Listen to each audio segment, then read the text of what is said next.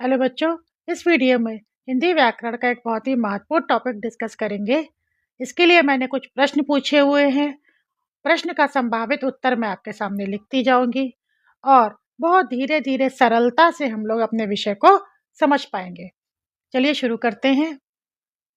पहला प्रश्न है, परम शब्द में कितने वर्ण होते हैं? शब्द है परम। परम शब्द 3 वर्ण का है, प, रा और मा। इसमें कितने वर्ण हैं? आसानी से बता देंगे, 3 वर्ण है। इस शब्द में अंतिम वर्ण कौन सा है? अंतिम वर्ण क्या है? माँ है। अंतिम वर्ण माँ हो गया।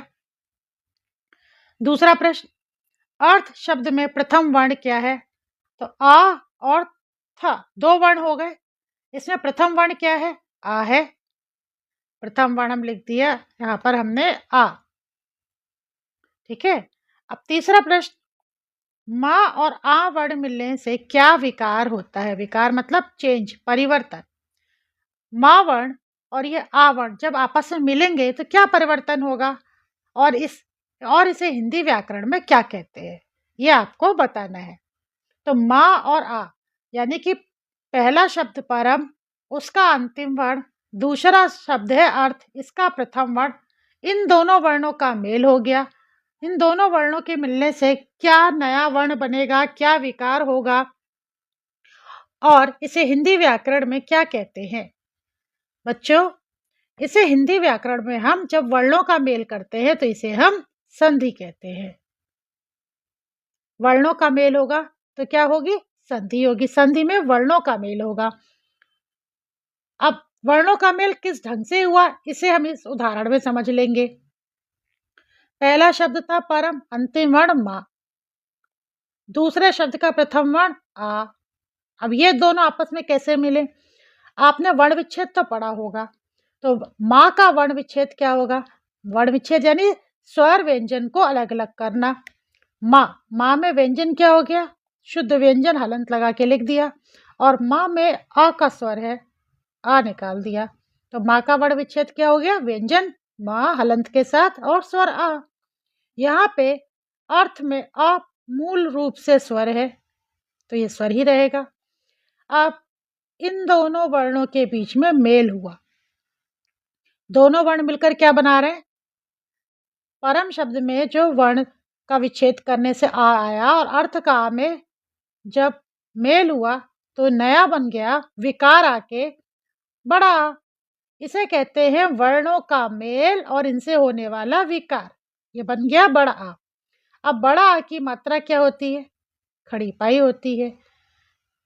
ये जो आधा व्यंजन है, क्योंकि इसमें से स्वर निकल चुका है, ये बड़ा आ की मात्रा ले लेगा। तो आधा व्यंजन स्वर आ लेकर जो कि मात्रा के रूप में इससे लगेगा, क्या बन जाएगा? ये दोनों मिलकर क्या बना लेंगे? बड़ा माँ। अब इसका हलंत हट जाएगा। आधा व्यंजन था और स्वर आ से मिलकर माँ हो गया। तो इस प्रकार से हमने देखा कि वर्ण आपस में किस तरीके से मिले और क्या विकार हुआ। विकार के बाद जो बना उसने आधा व्यंजन हलंत वाला जो माँ है उसके साथ मिलकर फिर से उसे पूरा बना दिया। यानी अब इस माँ में क्या हो गया? स्वर भी है, व्यंजन भी है। बाकी का क्या था? प और रा यहाँ पे लिख लेंगे, क्योंकि मेल तो सिर्फ पहले शब्द के अंतिम वर्ण दूसरे शब्द के प्रथम वर्ण में था। इस तरीके से मेल हो गया। प र म आ निकल चुका है, इसका आ इसमें मिक्स हो चुका है। अब यहाँ बचा केवल था। तो इस प्रकार से जो शब्द बना वो हो गया परमार्थ। परमार्थ। यहाँ पर हमने समझ लिया कि वर्णों का मेल, विकार क्या होता है और किस तरीके से स्वर फिर से अपनी मात्रा व्यंजन को देकर उसे पूरा कर देते हैं और हलंत हट जाता है और नया शब्द परम और अर्थ मिलकर नया शब्द परमार्थ बन गया। बच्चों, इसी को संधि कहते हैं। वर्णों का मेल हो, उनसे कोई विकार हो और नया अर्थ का एक शब्द बन जाता है, इसको हम संधि कहते हैं। तो संधि की परिभाषा क्या हो गई? 2 वर्णों का मेल हो। जब 2 वर्ण मिलेंगे तो क्या होगा? विकार होगा, वो संधि। और मिलने वाले वर्ण है कौन से? अ स्वर है, दूसरा भी स्वर है। जब मेल 2 स्वर वर्णों के बीच में हो या 2 स्वर ध्वनियों के बीच में हो वहां पर क्या होगा? स्वर संधि। दो स्वर वर्णों के मेल से जो विकार या परिवर्तन होता है उसे स्वर संधि कहते हैं। तो परमार्थ में क्या हो गई? स्वर संधि हो गई, क्योंकि वर्ण दोनों स्वर थे। स्वर संधि के भेद। दो स्वर वर्णों के मेल से जो विकार हो वो स्वर संधि, अभी हमने एग्जाम्पल में समझ ही लिया। इसके 5 प्रकार होते हैं: दीर्घ संधि, गुण संधि, वृद्ध संधि, यड़ संधि और अयादि संधि। अब हम इस वीडियो में दीर्घ संधि और गुण संधि के बारे में अध्ययन करेंगे। चलिए शब्दों का विश्लेषण कर लेते हैं। हम पहले परिभाषा नहीं पढ़ेंगे, हम शब्दों का विश्लेषण करके परिभाषा तक खुद पहुंचेंगे, परिभाषा हम खुद बनाएंगे। हमें नहीं पता कि इनमें भानुदय, सतीश विद्यालय में कौन सी संधि है। चलिए हम देखते हैं किस प्रकार से वर्णों का मेल हो रहा है, संधि हो रही है। विद्यालय, पहला उदाहरण विद्यालय है। विद्यालय में विद्यालय शब्द दो शब्दों से मिलकर बना है, विद्या धन आलय। पहला शब्द विद्या, दूसरा शब्द आलय। पहले शब्द का अंतिम वर्ण या और दूसरे शब्द का प्रथम वर्ण आ है। या का वर्ण विच्छेद कर दे। या में बड़े आ का स्वर है, आ की मात्रा लगी हुई है, बड़े आ का स्वर है, इसमें वर्ण विच्छेद करेंगे यानी व्यंजन अलग और इसमें जो स्वर है वो अलग कर दिया। तो क्या हो गया? या और बड़ा। अब ये वाला आ गया आलय का आ। या का वर्ण विच्छेद हुआ, या हलंत और आ, व्यंजन अलग स्वर अलग। अब दो वर्ण आपस में मेल हो गए। पहले शब्द का अंतिम वर्ण, इसका अंतिम वर्ण क्या हो गया? आ और आलय का आ, ये दोनों मिलकर दीर्घ रूप बड़ा आ हो जाएंगे। ये अपनी मात्रा किसको दे देगा? या को दे देगा। तो यह हलंत वाला जो या है वो क्या हो जाएगा? हलंत वाला या और इसके साथ ये आ की मात्रा आ गई, क्या बन गया? या। नया रूप क्या हो गया? या। तो पूरा की पूरा बन जाएगा शब्द वि आदि द, ये वाला या लग गया और लय विद्यालय हो गया। इस प्रकार से हमने देख लिया कि इसमें कौन से दो स्वर मिल रहे हैं? बड़ा आ और बड़ा आ, समान स्वर मिल रहे हैं। आ के बाद आ ही आ रहा है। तो जब वर्णों का मेल हो और दोनों वर्ण स्वर हो और समान हो, यहाँ दोनों स्वर है और समान है, आ के बाद आ ही आ रहा है, ठीक है। तो जब समान स्वर वर्णों का मेल होता है तब वहां पर क्या होता है? दीर्घ संधि। तो विद्यालय में कौन सी संधि हो गई? दीर्घ संधि। दीर्घ संधि हो गई हमारी। दीर्घ संधि कब हुई? जब सम वर्णों का मेल होता है, आ के बाद आ ही आए। चलिए सतीश में देख लेते हैं। सतीश शब्द दो शब्दों से मिलकर बना है। कौन से? सती प्लस ईश। ती का हम वर्ण विच्छेद कर लेंगे तो ती में व्यंजन हो गया आदिता और बड़ी ई का स्वर है बड़ी ई, और ये वाली बड़ी ई हो गई प्लस ईश की बड़ी ई। इन दोनों के बीच में मेल हो गया, ये क्या बना लेंगे? बड़ी ई का। बड़ी ई, बड़ी ई की मात्रा क्या होती है? ऐसे लगती है घूम के, ये किस पे लगेगी? ता पे लगेगी जाके। तो क्या बन जाएगा? ता का हलंत हट जाएगा, ता का हलंत में बड़ी ई की मात्रा लग जाएगी, बन जाएगा आधा व्यंजन स्वर के साथ मिलके ती हो जाएगा। और इससे पहले क्या है? स। अब शब्द क्या बनेगा? स, ता के ऊपर लग गया ती और श, सतीश बन गया। यहाँ पर देखिए बड़ी ई का मेल बड़ी ई से हो रहा है, ये विकार होके दीर्घ रूप हो गया। तो यहाँ पर भी वर्ण जो मिल रहे हैं ई के बाद ई हो रहा है, ई और ई का मेल हो रहा है, यानी कि सम वर्णों का मेल है। किसका मेल हुआ? सजातीय या सम वर्णों का मेल। इसमें भी सम वर्णों का मेल है, यानी कि यहाँ पर भी दीर्घ संधि होगी। भानुदय में देख लेते हैं। भानुदय दो शब्दों से मिलकर बना है। भानु मतलब सूर्य और उदय, इसका वर्ण विच्छेद करेंगे ना में उ, यानी कि व्यंजन है इसमें अलग हो गया और छोटा उ का स्वर है प्लस उदय का उ। यहाँ पर इनके बीच में संधि हो रही है, वर्णों का मेल, ये भी समवर्ण है, मिलके दीर्घ रूप हो गया। बड़ा उ की मात्रा नीचे की ओर लगेगी।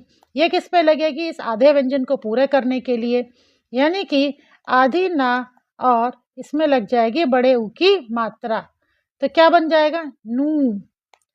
ये अब व्यंजन हलंत हट जाएगा, स्वर ऊ की मात्रा लेके नू बन गया। और अब बाकी के क्या बचे?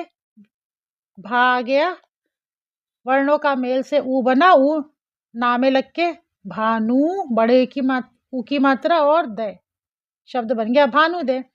यहाँ पर भी देखिए ऊ और ऊ का मेल हो रहा है, यानी कि समवर्ण का मेल हो रहा है। समवर्ण ऊ के बाद ऊ का मेल हो रहा है।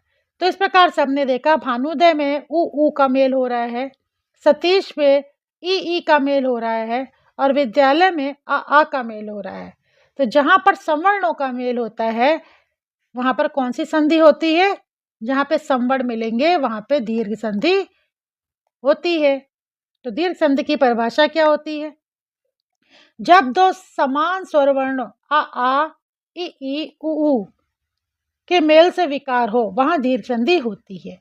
ये इसके उदाहरण हो गए। परमार्थ, हिमालय, देवालय, परीक्षार्थी, विद्यालय, विद्यार्थी, स्वार्थ, कपीश, देखिए यहाँ बड़ी ई हो गई, रविंद्र, सतीश, रजनीश, हरीश, बड़ाऊ, भानुदय, लघुत्तर, वधुत्सव, लघुर्मी। इसके ट्रिक के रूप में आप ये समझ सकते हैं, नियम तो आपने समझ लिया, आ के बाद आ ही आना चाहिए।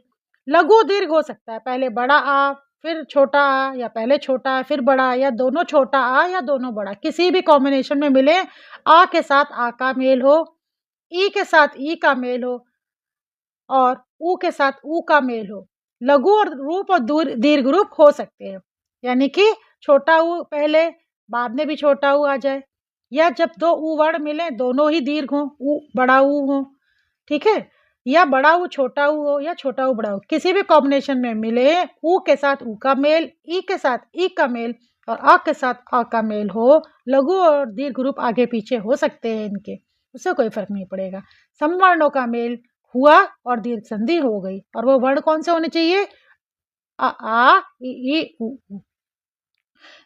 अब ट्रिक ये कहती है कि अगर दिए गए शब्द में आपको दूसरे या तीसरे वर्ण पर, तीसरा वर्ण क्या है इसमें? प, र, मा तीसरा वर्ण है, बड़े आ की मात्रा, दूसरे या तीसरे वर्ण पर आपको बड़ा आ की मात्रा दिख जाए तो वहां पे क्या होगा? हमारी दीर्घ संधि होगी। देखिए, दूसरा वर्ण, तीसरा वर्ण, तीसरा वर्ण, तीसरा वर्ण, दूसरा, दूसरा, दूसरा, दूसरे या तीसरे वर्ण पे बड़ा आ की मात्रा हो जाए, या दूसरे या तीसरे पे बड़ी या बड़ा ऊ की मात्रा आ जाए। दूसरे पे बड़ी की मात्रा, बड़ी की मात्रा, बड़ी की मात्रा आ गई, या फिर दूसरे या तीसरे पे आपको बड़ा ऊ की दिख जाए।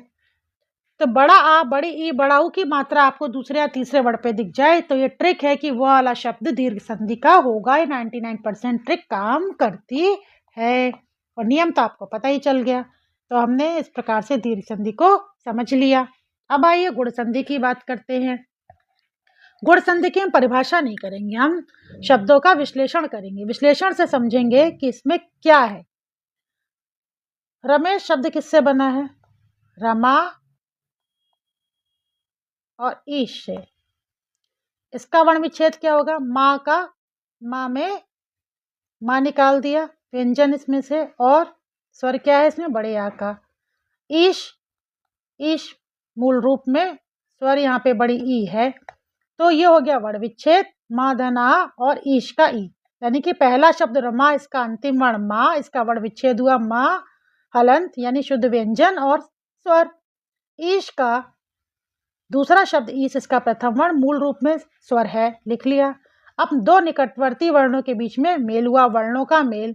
यहाँ पर भी स्वर का स्वर से मेल है तो स्वर संधि है, लेकिन यहाँ आ के बाद आ नहीं है, आ के बाद ई आया है।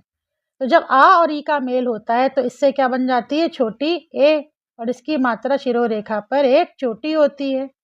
ये मात्रा किसको देगा? अधूरा व्यंजन। अधूरा व्यंजन, ये दोनों वर्ण मिलके जो ए बने, ये ए जिसकी मात्रा शिरोरेखा पे चोटी, किसको मिल जाएगी? इसको मिल जाएगी, क्योंकि व्यंजन, आधा व्यंजन हमेशा पूरा होना चाहता है। हलंत इसका हटेगा और ए की मात्रा माँ पे लग जाएगी, तो क्या बन जाएगा इस मेल से? माँ पर ए की मात्रा में आ जाएगा। रा कॉपी डाउन, माँ वर्णों के मेल से क्या बन गया, में बन चुका है, और बचा क्या इधर पीछे, श। तो क्या बन गया हमारा, रमेश। शब्द क्या बन गया, रमेश। तो हमने वर्ण विच्छेद से समझ लिया कि रमेश कैसे बना। ठीक है, वर्णों का मेल यहाँ किस में हुआ, आ और ई, स्वर में हुआ। आ ई मिलके ए हो गए, और ए अपनी मात्रा के रूप में इस आधे व्यंजन को मिलाकर अपने साथ में पूरा कर देगा। तो यहाँ पे माँ का हलंत हटा, ए मिला और में हो गया। परोपकार, परोपकार का किनसे बना है, परोपकार बना है पर धन उपकार। पहला शब्द पर, इसका अंतिम वर्ण रा, रा का वर्ण विच्छेद क्या होगा, रा, इसमें से व्यंजन निकला, और स्वर क्या है रा में, आ का, उपकार का उ, दो निकटवर्ती वर्ण आ और उ। अब आ उ का मेल से क्या बनता है बच्चों, ये जो विकार होके आएगा ये बन रहा है ओ। ओ की मात्रा क्या होती है, शिरोरेखा पर एक चोटी और एक नीचे खड़ी पाई। ये मात्रा किसके साथ मिलेगी जाके, इस रा के साथ में, जो आधा है जिसमें हलंत लगा है। तो क्या बन जाएगा, पा आ गया ऊपर से कॉपी होके, ये आधी रा में ओ की मात्रा मिल गई। तो क्या बन गया, हलंत हट गया, इसको स्वर मिल गया ओ। ये आधा व्यंजन स्वर के साथ में मिलके, ओ के साथ में मिलके पूरा व्यंजन हो गया, हलंत हट गया रो। अब बचा पीछे का क्या, ये ऊ तो जा चुका है, अब बचा पकार, पीछे वाला प का र। तो इस प्रकार से क्या वर्ड बन गया, परोपकार। अब यहाँ देखा आपने किस तरह से वर्ण मिले, आपने आ उ मिल रहे हैं, दो निकटवर्ती वर्ण, आ पहले शब्द का पर में से जो आ आया था, और उपकार का उ, आ उ मिलके ओ हो गए। तो यहाँ पर ये हो रहा है मेल वर्णों का, यहाँ पर आ ही के बीच में मेल हुआ, ये मेल हो रहा है स्वर वर्णों के बीच में, यहाँ पे भी मेल हो रहा है, और मेल के बाद क्या बन रहा है, यहाँ पर ओ बन रहा है, यहाँ पे ए बन रहा है। तीसरा एग्जाम्पल, देवर्षि, इसको तोड़ेंगे तो ये हो जाएगा देव प्लस ऋषि, देव प्लस ऋषि। वा का वर्ण विच्छेद करेंगे तो वा में किसका स्वर है, वा में स्वर है, हलंत लगा दिया, और आ का स्वर है, ये व्यंजन हो गया, वाह हलंत के साथ में शुद्ध व्यंजन, और इसमें जो स्वर था वो निकाल के अलग कर दिया। वर्ण विच्छेद में क्या करते हैं, स्वर और व्यंजन अलग अलग करते हैं। प्लस ऋषि का री ले लिया, दो निकटवर्ती वर्ण आ और री, ये भी दोनों स्वर है, यहाँ पर इनका मेल हो रहा है। मेल होने के बाद विकार के बाद क्या बनेगा, अ रा, ये बन रहा है अर। अब इधर से आ गया व, जिसमें हलंत लगा है, व, ये व इस स्वर के साथ में मिलके क्या बन जाएगा, ये आधा व्यंजन पूरा हो जाएगा। तो ये बन जाएगा हमारा व, हलंत हट जाएगा, और ये रह गया आधी रा। इससे पहले क्या था, वर्ण दे व र, ये आधी रा, इसके बाद लास्ट में यश शी। अब आधी रा अपने आगे वाले व्यंजन पर रेफ की मात्रा, ये होती है ना ये शिरोरेखा के ऊपर ये लग जाती है, आधी रा की मात्रा अपने आगे वाले व्यंजन पे लगती है। तो क्या बना, व आधी रा चली गई शी के ऊपर, ये रेफ की मात्रा, देवर्षि का निर्माण हो गया। तो इस प्रकार से हमने वर्ण विच्छेद से समझ लिया कि इसमें क्या मेल होता है, आ और री के मेल से अर बनता है। ये अर आ वा के साथ मिलकर इसका हलंत हटाता है, यानी इसे पूरा व्यंजन कर देता है, इसके साथ स्वर मिल गया। और आधी रा जो होती है इसकी अर की, वो आगे वाले पर रेफ की मात्रा में लग गई, तो देवर्षि बन गया। तो इन तीन एग्जाम्पल्स में हमने देखा कि मेल किसके बीच हुआ, आ के बाद ई आए, आ के बाद उ आए, या आ के बाद री आए, तो क्या हो जाता है, ए ओ या आर हो जाता है। और यही दीर्घ संधि की परिभाषा है। जब अ आ, हर बार देखिए पहले आ ही होगा, यहाँ दो वर्ण मिल रहे हैं, आ है, परोपकार में देखिए आ है, मिलने वाले वर्ण में पहला हमेशा आ है, तो नियम क्या बना कि आगे हमारा आ होगा या बड़ा आ, ये मिल जाए, किसके साथ मिलेगा, या तो ई के साथ या ऊ के साथ या री के साथ, इनमें से किसी के साथ, या इसके साथ या इसके साथ या इसके साथ मिलेगा। तो वहां पर क्या हो जाएगा, आ ई मिलके ए, आ ऊ और ऊ मिलके ओ, और री मिलके अर हो जाता है। ऐसी संधि कौन सी होती है, गुण संधि। देखिए आगे के भाग में हमेशा आ होगा, ये अगर ई के साथ मिल रहा है तो ए हो जाएगा, आ के बाद ऊ आ जाए तो ओ हो जाएगा, और री आने पर अर हो जाता है। ये आधी आगे वाले वर्ण के साथ में रेफ पर लगती है, अर हो जाता है। तो गुण संधि की परिभाषा क्या हुई, आ के बाद ई ऊ या री आए तो क्रमशः ए ओ अर हो जाता है। रमेश, देवेन, परोपकार, देवर्षि, सप्तर्षि, महोत्सव, जलोर्मी, ये सब हमारे गुण संधि के उदाहरण हैं। यहीं पर हम थोड़ा सा ट्रिक भी देख लेते हैं। ट्रिक क्या है, ट्रिक ये है कि दिए गए शब्द में हमें अगर नियम नहीं मालूम तो हम देखेंगे कि दूसरे या तीसरा वर्ण, रमेश में दूसरा वर्ण क्या है, माँ वर्ण, दूसरे या तीसरे पर क्या होगा, छोटी ए की मात्रा, छोटी ए, इसकी मात्रा शिरोरेखा पे एक चोटी, ठीक है, ओ की मात्रा, ये आपको या तो ये मात्रा या ये मात्रा या फिर रेफ की मात्रा दिख रही होगी। तो ये मात्रा दिख रही है, ये मात्रा दिख रही है शिरोरेखा पर, या रेफ दिख रहा है, तो वहां पे गुण संधि होती है। दूसरा या तीसरा वर्ण, माँ पे देखिए एक ही मात्रा, माँ पे एक ही मात्रा, यहाँ पर देवेंद्र में वा पे देखिए एक ही मात्रा, परोपकार में ओ की मात्रा, देवर्षि में रेफ, ये रेफ लगा है, रेफ लगा है, ओ की मात्रा, ओ की मात्रा। तो जहां पर ए की मात्रा या ओ की मात्रा या रेफ लगा हो वहां पर गुण संधि होती है। आशा है बच्चों आप लोगों को यह वीडियो अच्छे से समझ में आ गया होगा। अगर कोई प्रॉब्लम है तो आप लोग कमेंट सेक्शन में लिखकर पूछ सकते हैं। Thank you.